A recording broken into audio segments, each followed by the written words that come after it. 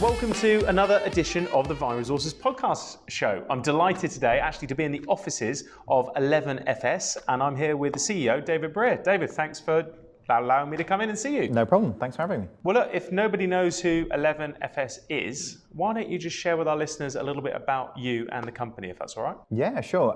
So 11FS, it's a little company we started just over 3.5 years ago now. It's very complicated to try and explain what we do, but it's easier to kind of try and explain to you like why, I guess. Okay. Which is, I mean, after working at big consultancies and big banks in various different places, really we were just pretty underwhelmed as a founding team of the change that we were really seeing in the market. We talk about digital banking really being 1% finished, and that's because really what we're seeing are people spending billions of pounds trying to level up their aspiration, but without actually delivering what it is that they want to deliver. Which is kind of why we're in this weird digitized banking phase. A lot of people sort of say they've got a digital bank, but they really don't. We don't know what that is. We haven't really seen that yet.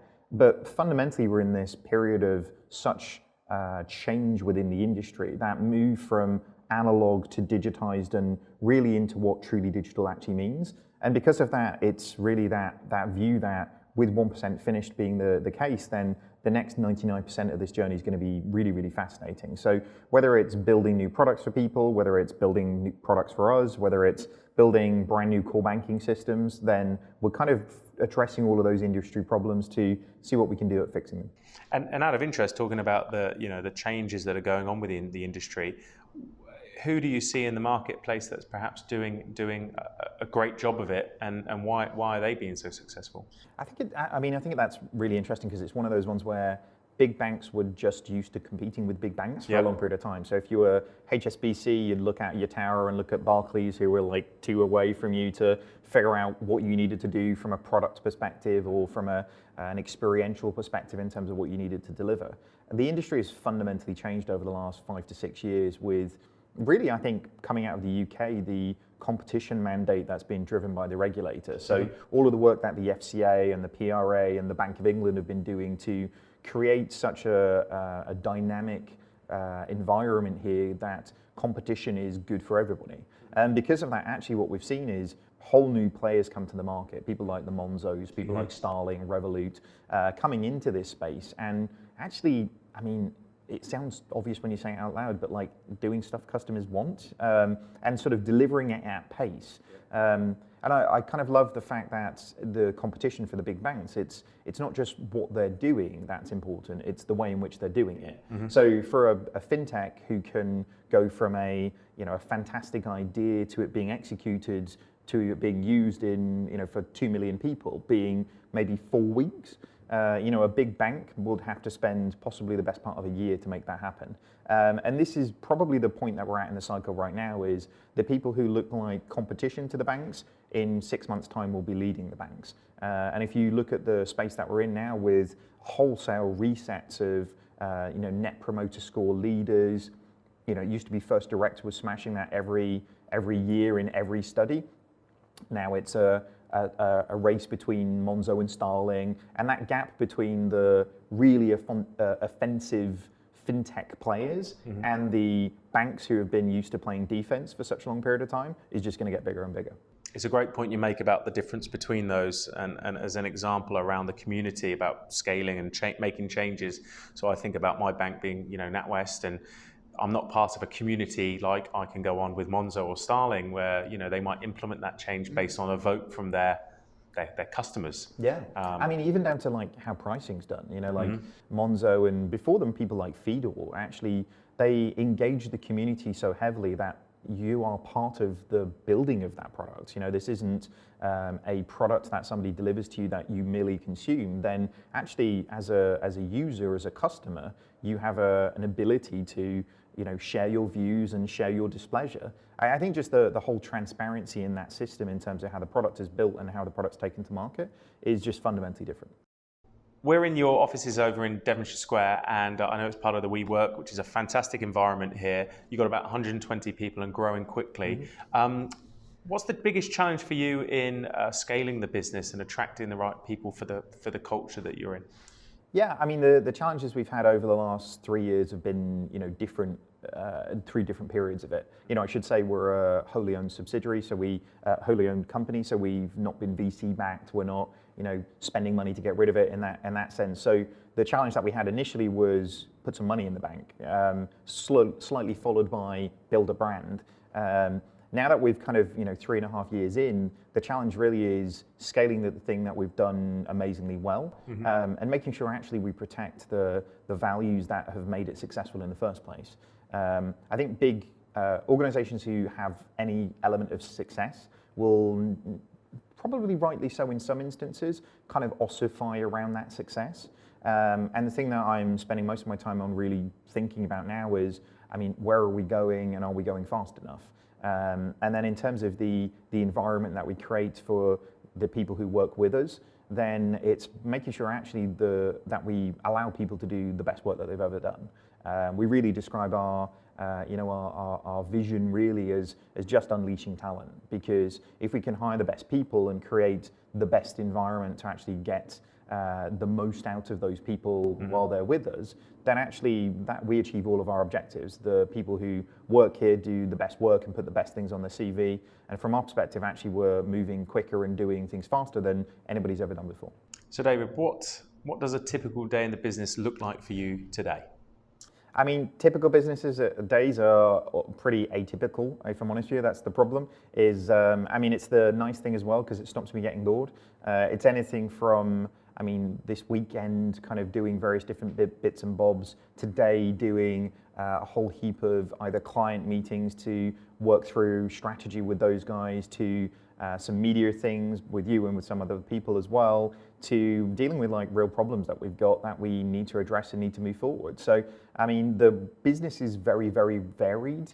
The media side of things that we do, I see as a nice dessert every so often to sort of kind of keep those things kind of moving. But, we've got all of the, stresses and strains of a 3.5-year-old company. I think the difference is that we're in a great position because our executive team are in a spot where all of us coming together, there's almost nothing that we can't fix. We've got people who founded Monzo, we've got people who, our CTO was prior to this CTO of Nutmeg, but before that Betfair, people like Lida Gliptis from prior to this QMB, prior to that Sapient. We've got real heavyweight people on our executive and on our management team who I firmly believe there's pretty much nothing we can't solve.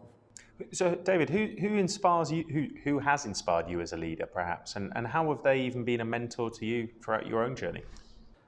If I'm honest, I always sort of say it's like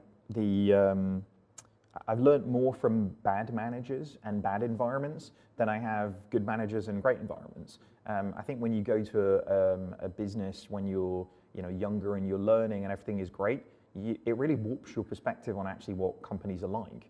My experience when I was at Aviva, it was a fantastic team. There was incredibly talented people with a really good operating model, and we got amazing things done so quickly. I can't say that about everywhere I worked. And actually, if I'm honest with you, the things that I've learned from bad managers have stuck with me a lot more than some of the good ones, if I'm honest. Definitely in terms of management, bizarrely, my mum and dad taught me a bunch of things. If not only my mum teaching me how to do handshakes properly when I was 8, or we just actually appointed a chairman at 11FS. So a guy called Sean Meadows, who's just come in, who's ex-CEO of Aviva. And what struck me about Sean, actually, he was at Aviva when I was at Aviva, was, the separation between the two of us was about 10,000 levels at that stage in my career and his. But what struck me was you don't have to be show bad behaviors to be senior in an organization. Sean, when I presented to his board and the engagement that I saw from them is the leader really sets the tone and the behaviors and the mannerisms and really what is expected from everybody else. Learning that from him then and now getting him to work with us at 11FS it's a good way to go. Brilliant. And what we talked about it slightly before the podcast started about employee engagement and what companies are doing. How do you keep your employees engaged at 11FS? Again, very much learning from what I've seen not be done great at other organizations is every year you'll get a leader stand up and talk about all the things that are important, that nobody can ever remember, that are meaningless in the role that you're specifically doing. Yeah. And what we try and do is, my background is more sports than it is business, really. So I try and deploy more sports management and mentality into our organization than I do business practices. So for me, motivation and direction and strategy and tactics, if you're playing sports, is not something you do annually. Pep Guardiola does not set up the tactics once a year and then walk away from it. It's every game, every training session, every win, every loss is an opportunity for course correction and refinement. So whether it's a meeting or whether it's a presentation we do to somebody, whether it's a podcast we're doing, whether it's how we all collectively talk about the business in terms of the narrative, these are all opportunities for me to sort of reinforce why these things work. So, the other thing as well is actually, doing things that people believe in. A lot of organizations where you work where, you might believe in the company, but the company does the wrong types of work for the wrong types of reasons. And very much being in a situation where you're choosing the work and you're able to choose the work that actually has the most impactful from a societal perspective. For us, it's working in financial services. Then payday lenders, not high on our agenda of people to work with. People taking financial services to places that it's never been. That's very much high on our agenda. And if you kind of look at how the industry is sort of rethinking with FinTech, then most of the things that are coming to market and being truly successful now are the ones who are ultimately plugging a gap for the consumer that hasn't been plugged before. And if people can't get excited about that, then I don't know what they can. What's the best piece of business advice you've ever received?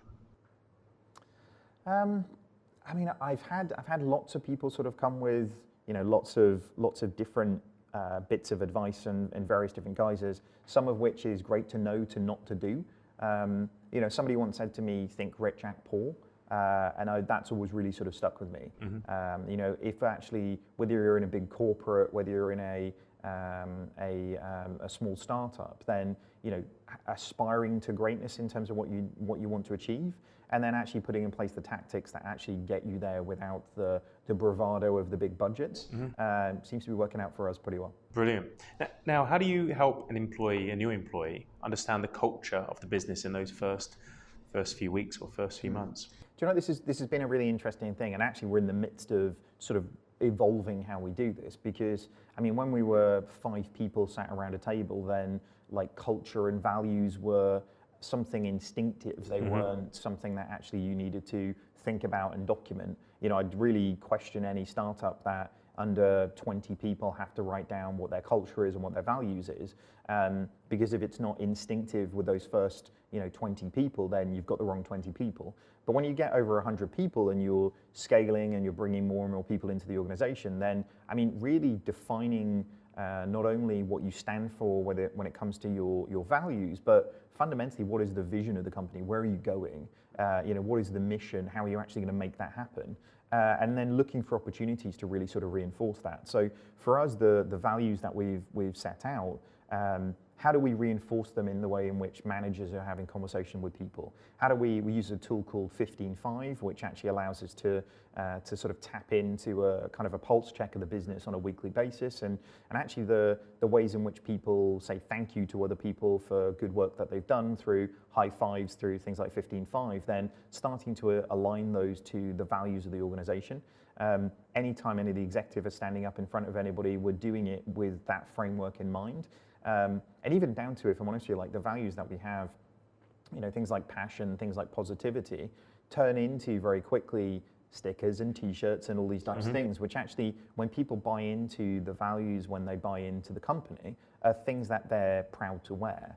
And that's, for us, it's almost using, to the point of virality earlier on for customers, you have to work as hard to make sure that your employees believe in the thing that you're doing as you do your end consumers, because they're going to be the people who are ultimately going to be dealing with those customers, your end customers, on a day-to-day basis. And I've worked in a few organizations where I didn't quite believe in the product, and if you don't believe in the product, you're never going to be able to get other people to believe. Now, we touched on it a little bit earlier, and I'd just like to talk about how you see the industry changing in the next 5 years. But I'm more keen, not just from a customer or the end customer point of view, but how you see the change in the, what I'd say, the traditional consulting route, where companies support those organizations. How do you see those two bits changing in the next few years? Yeah, I mean, I see the industry more broadly becoming more competitive. Right. You know, if you kind of think from an end consumer's perspective, whether it's retail, whether it's the commercial banking sense, we've just seen the RBS remedies pour. I think it's £860 million of funding into the industry in the UK. We're seeing wealth management players come into the space. People like Free Trade in the investment side of things kind of coming in and getting stronger. We've got Robinhood coming in from the US. So, I mean, the FinTech space is getting more competitive than ever. I think the big banks are kind of waking up to these problems. So, we've done work with people like NatWest in the UK to build out new banks internally. And the reason for that is not just so they've got another brand in the game, but fundamentally to change the culture in those organizations and change the aspirations that they've got from a technological perspective. Because there is no reason why, I mean, in any fight, I will always back the people who've got the most amount of customers and the most amount of money to invest. It's just whether they've got the ability to actually, get it together quick enough that actually they don't lose so many customers that they lose their unassailable lead that they currently have. Because while people like Monzo, people like Starling are super, super impressive, I'm more impressed on how they do it than what they've done so far. If they can get up to a scale where they're truly challenging HSBC or Barclays or NatWest, then actually the game changes quite dramatically. I think from people that are working with them to solve it, I think this is the biggest problem, that if you're an Accenture, if you're a McKinsey, if you're a Bain or a BCG, like the problem is that people have tried that route many times before, but it's that definition of insanity. You just do the same thing over and over and again and hope you're going to get a different outcome. Whereas actually the fundamental traits of what digital actually is kind of breaks those models quite dramatically, because digital is it's a small team sport. This isn't about having 1,000 people to take the hill. This is about having the small, highly trained, highly motivated, highly talented team of people who will go and make that happen. It's moving from that big armies to special forces. And the difficult thing, I think, for some of those traditional players in that space is that it requires such an amazing amount of earnesty and authenticity to come through to actually say to people that the ways that you've got successful in the first place are not going to get you success in the future. And then the second thing is it fundamentally breaks their business models, because if you're incentivized through time and materials and suddenly you can't sell time and you can't sell many materials because it's a small team sport, then it's a business model that actually you'll try and perpetuate for as long as you can. Big consultancies are in the same spot that big banks are. They're defending revenue models that don't exist anymore, but are just too hard to get out off that. It's the hardest drug to always get off is your business model. It's interesting, and the old analogy about you won't get fired for going with IBM. How does that CEO of that organization make that decision to not stay with that old guard model and to embrace a new way of working? What would you say about that? I mean, IBM specifically, I think I actually used that nobody gets fired for IBM thing presenting at an IBM conference recently, actually. That model is changing so dramatically because people are not buying into companies because they believe that their grad scheme will probably have picked out the 5% of people. They're looking for the people who have actually delivered this stuff before. Yeah. So, really a big part of what we do is de-risking innovative processes by putting in place the guy who did Monzo or the guy who did Nutmeg or whoever to actually show them that big organizations can address things in the way that startups do, which means really, if I'm honest with you, the only sustainable advantage that big organizations have is agility. It kind of comes back to evolution, right? Evolution is not for every species, but the ones who get it usually survive. And the big banks really have to get on that, which is if they can continually be truly agile, and by that I don't mean post-it notes and beanbags around their office, but the ability to really understand what the consumer wants and react to it, or even be proactive to get ahead of it when it comes to regulatory changes or technological changes that allow them to unlock potential and create services that they've never done before, then this is where their unique advantage comes from. You can't just create a big moat around your customer base and expect them to stay, because at this age, I sort of joke about the difference between choice and competition. Customers have been used to having choice. It was the choice between a red one or a blue one or a green one. Fundamentally, they were the same things. Now they actually have competition, which means the things that Revolut are doing, the things that Starling are doing, the things that Monzo are doing, are actually creating value for consumers. They're making them spend less money. They're making them save better. They're making them earn more when they're saving. All of these things are services. It's just ironic that we've been conditioned for the last decades to expect bad service from banks, because fundamentally they forgot they were financial services. It's in the name. If it was financial services, we'd be actually getting a service. What we're really getting is just products. Well, it's interesting talking about that stuff. When you've got a big company like one of the big traditional banks, they might need to implement a new system. Hundreds of millions of dollars or pounds. They might be working one of those big consultancy partners. They've got offshore teams in India or nearshore across Europe. They might not be working in an agile way. The teams might be. They've got big challenges, and by the time they've implemented the system, it's out of date anyway. Yeah. So, if your developers are a 12-hour flight away and you're claiming you do agile, you don't know what it means. I really think there's an interesting point here where I think banks have almost just got too big to really be successful in the way that they need to, but they've also got too many customers and too much investment to really write them off. So if you kind of look at the players who have started to get this, that actually, is it quicker for us to start something new and scale it than it is to fix what we've got? Because you were being kind when you said hundreds of millions. These guys are spending multiple billions a year just to keep their lights on.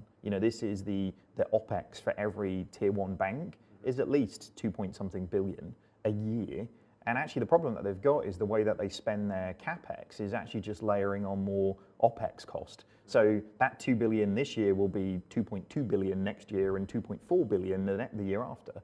And if you're a CEO of a big bank right now, that's the thing that's kind of keeping you up at night, is actually you can keep spending hundreds of millions of pounds each year trying to do innovative things in beautiful looking innovation spaces, but unless it's materially changing your operating cost and your operating rhythm and delivering value to consumers, then actually you're spending your cash reserves in a way that actually makes your bank unsustainable. Because if you're a FinTech player who can run a current account for £2-3, as opposed to a big high street bank where it costs £250, then you've got a lot of money and you can sustain that winter for a long time, but it's a slow death, a very, very slow one. And actually, I guess, I think it's a Andreessen Horowitz quote around, can startups get scale before incumbents get innovation? And we're seeing that play out in such a beautiful way right now that, I'm just glad I do this stuff now. 10 years ago, banking must have been really boring about, checks and stuff coming in. But, we're very lucky to be working in this industry today.